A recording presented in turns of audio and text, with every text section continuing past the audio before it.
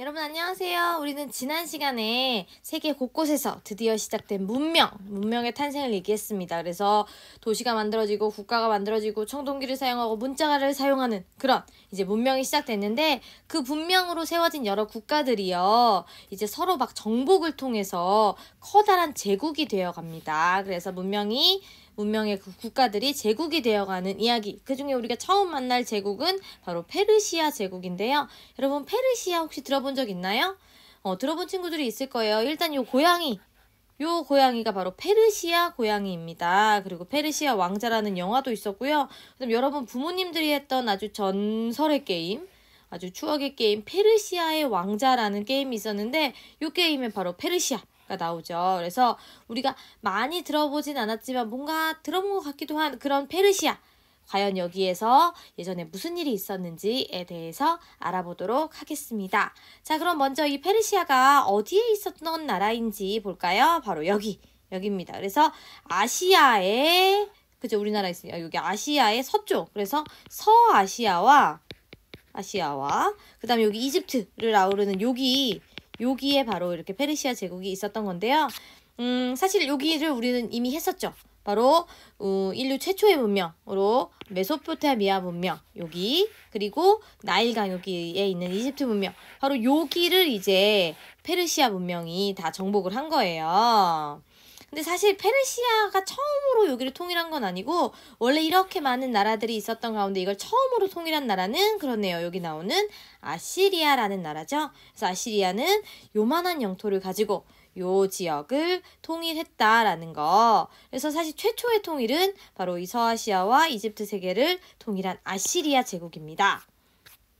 근데 이 아시리아 제국이 이렇게 정복을 해서 통일을 할 수 있었던 비결은 사실 우리 청동기였잖아요. 원래 문명이 시작될 때는. 그런데 이 아시리아 사람들은 철을 가지고 있었던 거죠. 더 강력한 무기. 그래서 철을 가지고 활발히 정복 활동을 해 나가면서 바로 이렇게 전차를 끌고 나가는 거죠. 그래서 최고의 방어는 먼저 공격하는 것이다. 그래서 공격을 막 해가지고 정복을 해서 이만한 영토를 차지하게 된 거죠.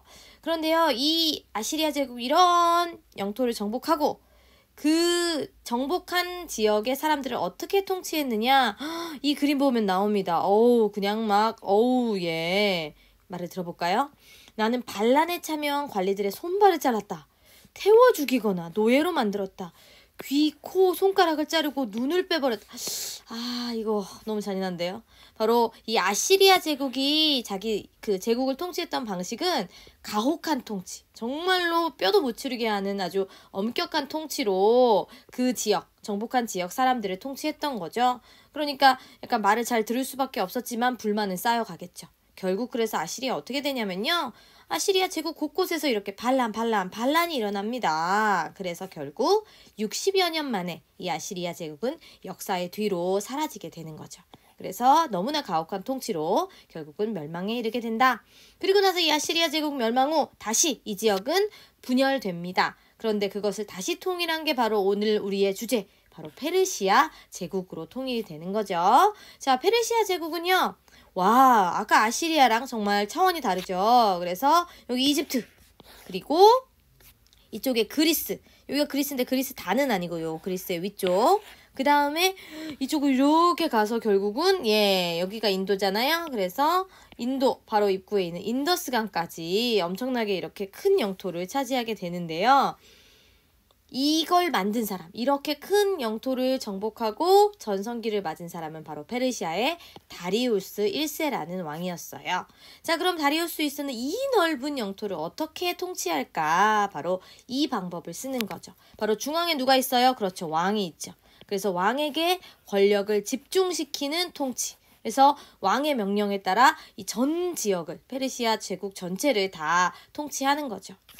그러면 왕이 다 갈 수는 없잖아요. 그러니까 전국을 20개의 주로 이렇게 막 나눈 다음에 그 각각의 주마다 총독을 파견해서 총독이 다스리게 하는데 그 총독은 당연히 왕의 명령을 따르는 사람이겠죠. 근데 총독이 막 또 까불 수도 있잖아요. 그래서 그 총독을 감시하기 위해서 감찰관을 파견합니다. 그래서 그 사람을 왕의 눈 또는 왕의 귀라고 불렀어요. 그래서 이 감찰관들은 왕의 눈과 귀가 되어서 총독이 잘하나 못하나, 혹시 반란을 꿈꾸지는 않나, 이런 것들을 감시하는 거죠.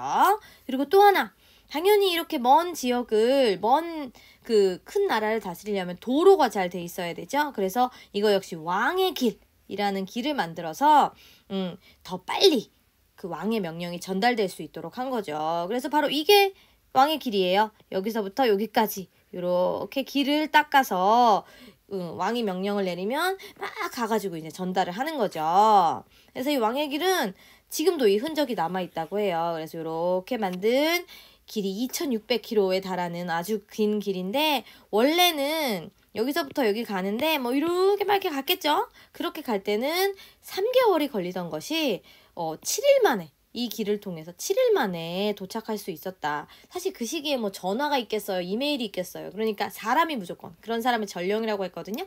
그래서 전령이 막 달려서 소식을 전해야 하는데, 명령을 전해야 하는데, 그거를 이렇게 빨리 전달할 수 있었던 거죠. 그래서 왕의 명령이 잘 전달되게 했다. 그 다음에 곳곳에 지금도 우리 역처럼 이런 역을 설치해서 전령이 말 타고 갈 거 아니에요. 그 말을 중간중간 갈아타게.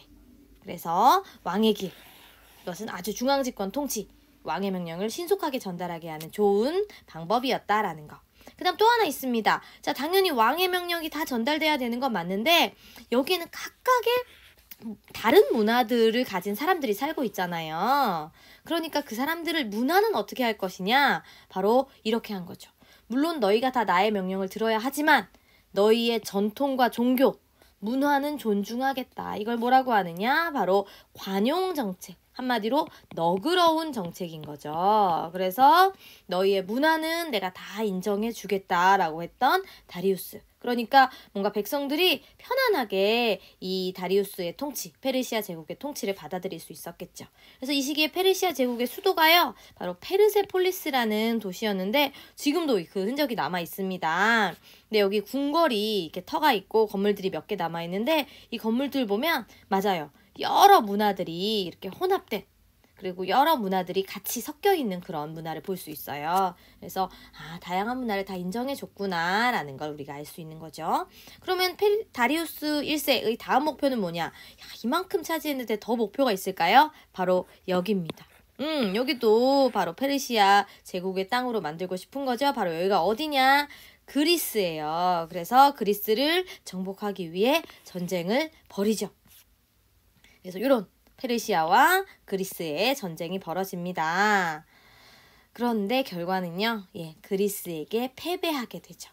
여러분, 영화 중에요, 이런 영화가 있어요. 300이라는 영화인데, 이 300이 바로 그리스와 그 그리스를 침략한 페르시아의 전쟁 이야기를 영화로 만든 거죠.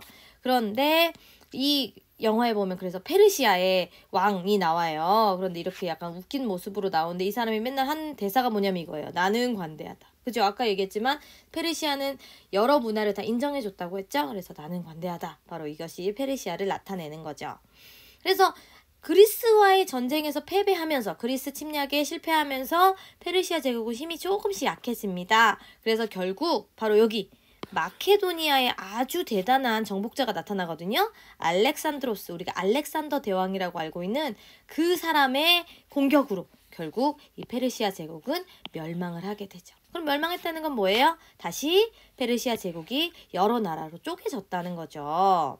그래서 여기 보시면요, 사실 페르시아 제국은 쪼개졌다가 이제 분열됐다가 다시 이렇게 해서 한 600년 후에 다시 나타나요. 똑같은 페르시아 제국. 근데 이제 왕조 이름이 다른 거죠. 근데 우리는 요거까지 다 이렇게 구분하진 않고, 페르시아 제국이 알렉산드로스의 대왕의 그 공격으로 멸망을 했다가 없어졌다가 나중에 다시 부흥을 꿈꾸면서, 부활을 꿈꾸면서 다시 나타났구나. 그래서 한 또 400년 이어졌구나 라는 걸 알아두시면 되겠어요. 그래서 두 번째 나타난 페르시아 제국은요, 여기 보면 여기 있잖아요. 그래서 동쪽과 서쪽을 잇는 교통로의 중간에 있어서 아주 잘 나갔죠, 한때.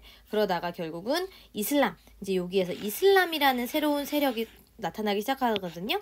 그래서 걔네의 공격으로 결국 멸망하게 된다. 이슬람은 나중에 또 얘기할 거예요. 자, 그래서 우리는 페르시아 제국, 이 초반에 한 번, 두 번째 나타났는데 그 중에서 초반에 나타난 그 다리우스 때의 엄청난 땅을 차지했던 그 페르시아 제국을 특히 잘 기억해 두시면 되겠습니다. 그럼 페르시아 제국이 남긴 문화 볼까요? 자, 먼저 페르시아 제국의 종교를 잘 기억해 두세요. 조로아스터교는요, 사람 이름이에요. 조로아스터가 만들어서 조로아스터교죠. 그래서 이 사람은 페르시아 사람이었는데 어느 날 예언을 받습니다. 이 세상에 참된 신은 아우라 마즈다이고 너는 그의 예언자이다. 그래서 이 예언을 듣고 조로아스터가 종교를 만든 거죠. 그게 조로아스터교. 그래서 조로아스터교의 가르침은 뭐냐면요, 이거예요. 바로 세상에는 선의 신이 있고 악의 신이 있다. 당연히 누구는 대립하고 있다. 그래서 우리는 누구를 믿어야 된다? 그렇지. 선의 신이 승리한 것을 믿고 바로 아우라 마즈다를 믿어야 한다. 라는 거죠. 근데 여기 보시면 아우라 마즈다가 불과 빛의 신이거든요. 그래서 이 조로아스터교는 바로 이 불, 아우라 마즈다의 상징인 불을 숭배하는 종교예요. 그래서 진리의 상징으로 불을 숭배하는 종교다. 그래서 이 조로아스터교는 페르시아 제국에서 조로아스터가 페르시아 사람이었으니까 거기서 창시돼서 나중에는 이 나라의 국교, 나라의 종교가 되기도 했어요. 그래서 여기 보면 다리우스 왕이 이렇게 얘기하죠. 나는 엄청난 왕국을 차지했는데 이것은 신 중에 가장 위대한 신이 아우라 마즈다가 내게 준 거다. 그래서 다리우스 왕 역시 이 아우라 마즈다를 믿고 있는 모습을 볼 수 있죠. 자, 그래서 이 조로아스터교가 사실 우리에겐 되게 좀 생소한, 처음 듣는 그런 종교인데 이거 갖는 의미가 있어요. 바로 뭐냐? 이 조로아스터교의 가르침. 세상엔 선의 신과 악의 신이 대립하고 있다. 하지만 우린 선의 신을 믿어야 한다. 그러면 최후의 심판 때 구원을 받아서 천국에 간다. 바로 이거 요즘 우리가 아는 종교들에서 얘기하는 그 가르침이죠. 그래서 바로 그 예수를 믿는 더 뒤에 나올 크리스트교, 교회 성당, 그 다음에 알라를 믿는 이슬람교, 요즘 많은 사람들이 믿고 있는 이런 종교가 바로 이 조로아스터교의 영향을 받았다는 거죠. 그래서 바로 이 조로아스터교가 이런 종교들의 영향을 주었고 이런 종교가 그래서 지금은 세계 종교로 잘 나가고 있다. 사실 조로아스터교는 많은 사람들이 기억하지 못하지만 이 크리스트교와 이슬람교는 그렇게 남아있게 된 거죠. 자, 그 다음 또 하나. 아까 얘기했지만 이 페르시아는 여러 지역의 다양한 문화를 받아들였다고 했어요. 관용. 그래서 다 너그럽게. 그러면 당연히 그걸 섞어서 어떤 문화가 되겠어요? 바로 글로벌한 문화. 글로벌. 우리말로 뭘까요? 그렇죠. 바로 국제적인 문화가 되겠죠. 그래서 제국의 다양한 지역의 다양한 문화들이 다 이렇게 섞이면서 아주 국제적인 문화가 되는 거죠. 그래서 아까도 얘기했지만 페르세폴리스에 남아있는 많은 흔적들이 바로 다양한 문화들이 이렇게 융합된 모습을 보여주고 있고요. 특히 페르시아는 공예, 유리공예 이런 거 되게 잘해. 금속공예, 유리공예 이런 거 되게 잘했는데요. 그래서 이런 페르시아의 공예 기술이 중국에도 전해지고 한국에도 전해지고 이어서 일본에까지 전해져가지고 여러분 우리나라 어디 갔어? 어이구 신라의 무덤에서 이런 게 발견됐대요. 근데 이거 아무리 봐도 이거 우리 스타일 아니거든요. 그래서 이것은 페르시아의 문화가 우리 한국의 신라까지 영향을 준 거다라는 것을 알 수 있는 거죠. 이렇게 세계는 교류하고 있었다. 자, 우리는 그래서 여기까지 하도록 하고요. 페르시아에 대해서 조금 더 잘 알게 되셨으면 좋겠네요.